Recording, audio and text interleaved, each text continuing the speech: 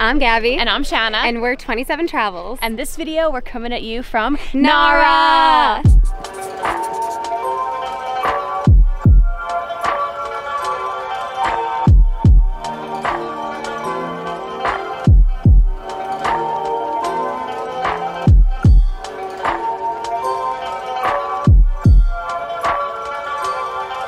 So we are at our first lunch here in Nara, and we are at an 8-course lunch, and we saw all these plates and we're like, oh, this must be like, you know, course 1, 2, 3, 4. No, this is, all of this was course 1. Yeah, and it was delicious, and this is very traditional Japanese food, and it's nice that they were able to make it for us vegan.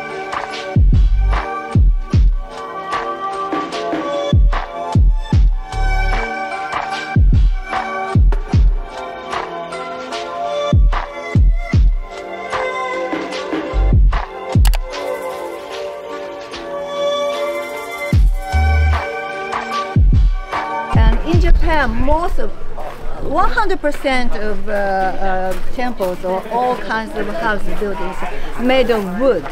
Okay? Because we are abundant in wood. You know that 75% of Japan land is a forest mountain. So we learned at the Shinto temples, they have this straw rope with these like zigzag papers that's supposed to represent thunder, because lightning bolt means rain, and rain means that the rice crops can grow. Which is really cool. We actually never knew that. It's cool when you learn something new like that. Okay, so after lunch, we came to this place right behind us here where we're going to do a traditional Japanese sumi experience, which is kind of making your own, I believe it's called grip ink. We've never heard of it before, but it seems like a very traditional way of like how they used to write back in the day in Japan. Yeah, so this is also a family-owned ink studio. We'll put the name on the screen so that if you're in Nara, you can come and support them and maybe do this activity yourself as well. Something about sumi is that the art of sumi has been around since the 8th century, and there's only 9 sumi makers in all of Japan, and 8 of them are here in Nara, which is really, really cool.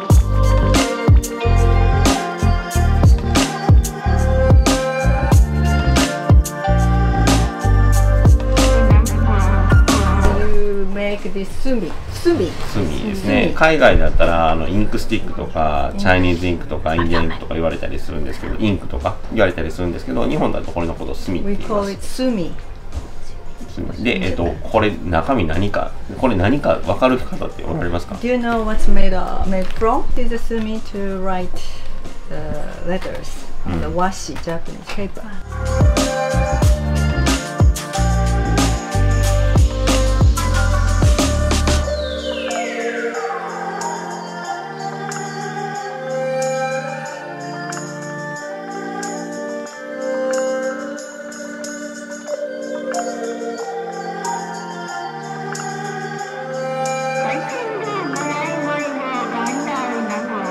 These are our ones that we made. Completed. It was really fun and really cool experience just to learn more about it, because before coming here, I didn't know anything about this at all, actually. But we can't open them for 3 months. Yeah, it has to stay in our suitcase. We can't open it at all, because if you open it before 3 months, it will crack. So we can open it in New York in 3 months.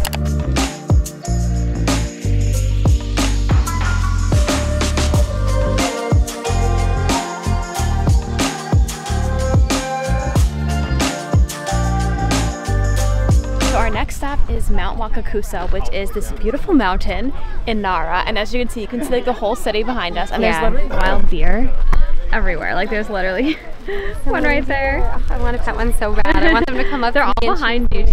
They're all behind me, but it's just amazing here. And also, I think we'll talk about this more later in the video, but there are tons of deer in Nara, so that's something I think we'll touch on a little bit later, but right now we're just enjoying the view.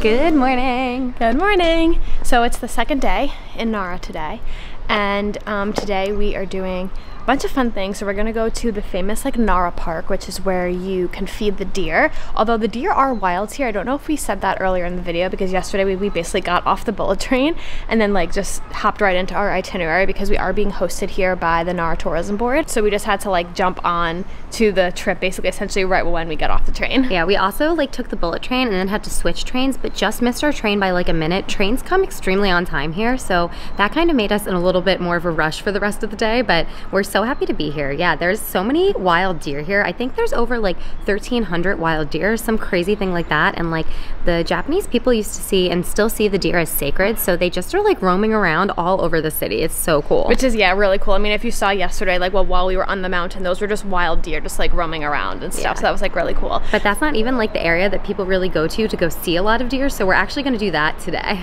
And then they were also going to some more Buddhist temples and Shinto shrines and things like that.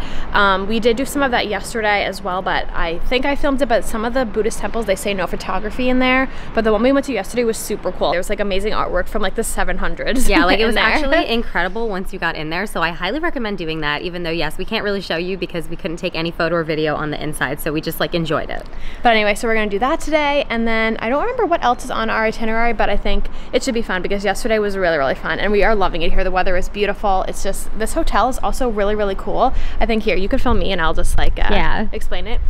Like you can kind of see, like, look how beautiful it is. Like we're on the outside of the hotel right now. So this hotel is like, I think the most famous hotel in Nara, and like so many famous people have stayed here, like including like Albert Einstein. Like I think yesterday, the woman from the tourism board took us on like a little tour of like some of the rooms in here, and like there's like a piano that Albert Einstein played, and they have like a photo of him playing it there. Also like some like kings and queens and princesses from like all over the world, like, emperors and empresses from so other many countries. Iconic people like Charlie Chaplin, like Marlon Brando, like so many people. Marilyn Monroe was also here, and I think some US presidents as well. So there's like a whole board in the lobby where you can see like every like prominent person that's ever stayed here or tried to stay here or whatever. Yeah, so this hotel's like really famous. It's beautiful and we're loving it, and we love Nara so far, and I think we're gonna go and explore for the rest of the day. Can't wait. Also, we're with a really good group of people, a bunch of our friends and a few new friends who are amazing, so it's just been really fun so far.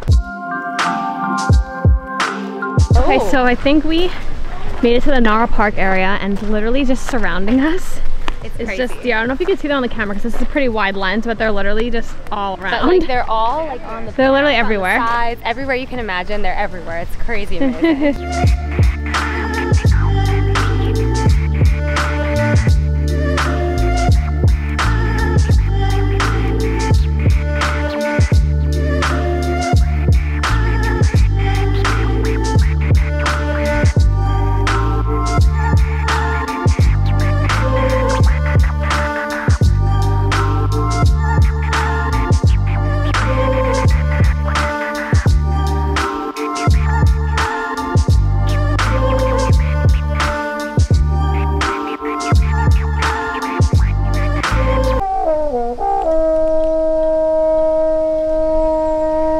This is so cool. Look how many deer came. When he played his French horn, all of these deer came. It's amazing. Look.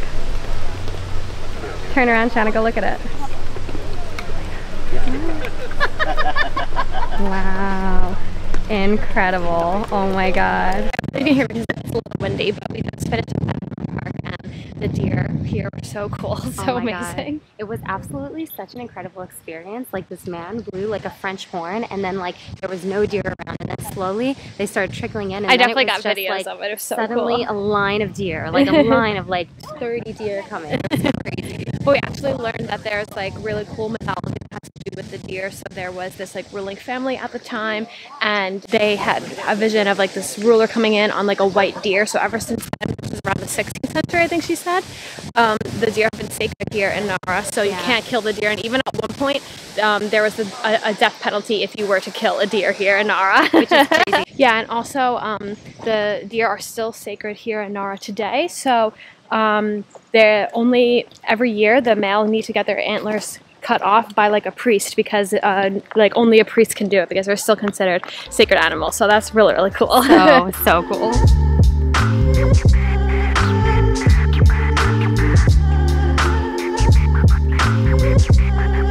So just like we did in Tokyo, we got some fortunes at the temple, and we're going to open them. These ones are so cute because the fortunes are inside of the mouth of the deer. You can take it home with you. I love so it. Cute. But we're obviously it's like going to read our little souvenir.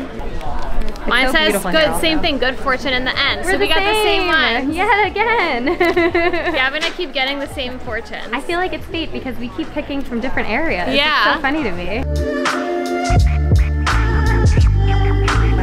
Clap their hands twice, then offer prayers. Often people make wishes or people come back after their wishes come true and to thank God. My wish have come true and thank you God. Also, we learned that this color, this like orangey red color, wards off evil spirits. So that's why all the shrines and temples are painted this red color, or orangey red color. It's the tradition. No evil spirits here. Nope. Good fortunes only. Good fortunes only. Fortunes for good creators. It's like a very traditional Japanese lunch. She said this is like fried tofu, miso soup, and she said there's sushi right at the bottom. Gabby, did you hear that? That's your favorite. And fried tofu is also my favorite. I'm so All of your excited. favorite things. It's all my favorite things, truly. And we all have like the same thing, but a slightly different variation.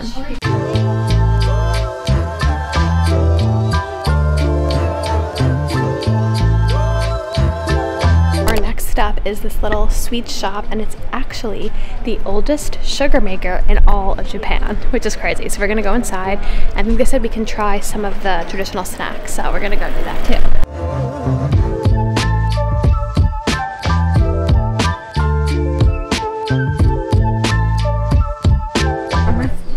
Thank you.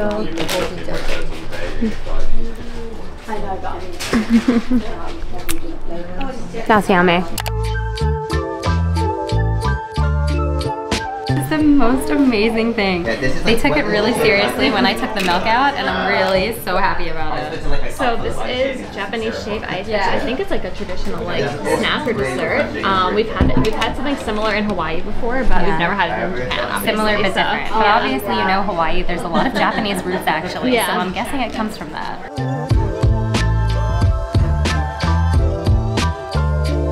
So I also noticed there's a straw here, which I'm assuming means you can stick it in here. Oh, that's the proper straw. And drink it maybe, so. Yeah. Anything to drink. This tastes like truly cool. like just I like love black tea. Okay, what do we think, you two? Review. Thoughts? This is my new favorite Strange, snack. like everything in Japan, strange but good. Yeah, that's actually a good way. Yeah, Like, I don't know how I feel about it, but I think I like it. But I don't know how I feel about it, but I want more.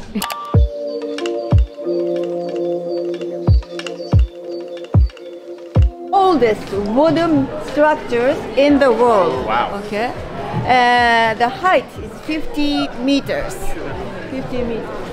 And this is called Buddha Hall.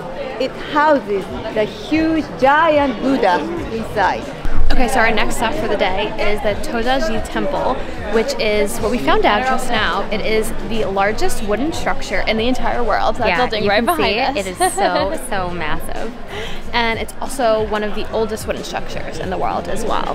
Which is very, very cool. And there's a Buddha hole in there with a giant Buddha, so we're gonna go in and check it out.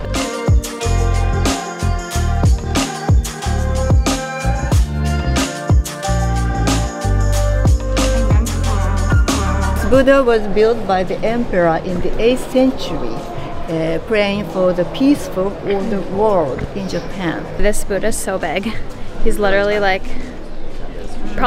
he's the biggest structure I've ever seen. But we found out that the original Buddha is from the 8th century, and the only part of the Buddha that is still from that century is the lotus flower that he is sitting on, because they burned down this temple 2 different times, once in the 12th century and once in the 16th century, so the Buddha had to be rebuilt.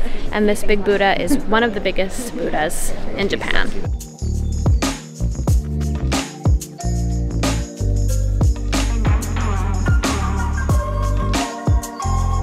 It is our final day in Nara today. Good morning from Nara. We are currently at the Kufuhuji Temple. I don't think I'm pronouncing it right. I'm just going to put the name on screen. But this area was really cool. We came and explored this morning. We really didn't take much of it because a lot of the places you couldn't do photography or videography inside. But this is what it looks like behind us. So it's a very beautiful temple. It's also beautiful. a UNESCO World Heritage Site as well. So it's definitely worth your time if you're visiting Nara. It was very cool. And on this area, there's also like a gallery and like another like shrine that you can go to. There's like a little museum as well. There's like a lot of fun stuff you can do. There's a lot that you can do in this area. So coming over here definitely makes sense. Plus you do see the deer roaming around too.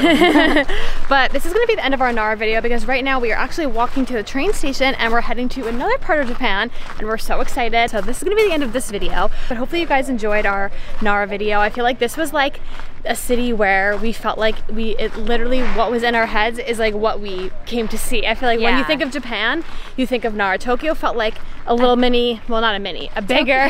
Tokyo felt like a much bigger New York City, where I feel like Nara feels like a nice quiet little small town in Japan. It's definitely worth coming and doing. It's not even that far from Tokyo or Osaka or any of the other big cities that are in the area like Kyoto, and you can come for like 2 or 3 days, and I feel like that's the perfect amount of time to come and explore, and it's just so cute here. I feel like this is what, as an American, you imagine when you think about Japan, like somewhere like Nara. So thank you all so much for watching. Make sure you like, comment, and subscribe, and we'll see you very soon with another video.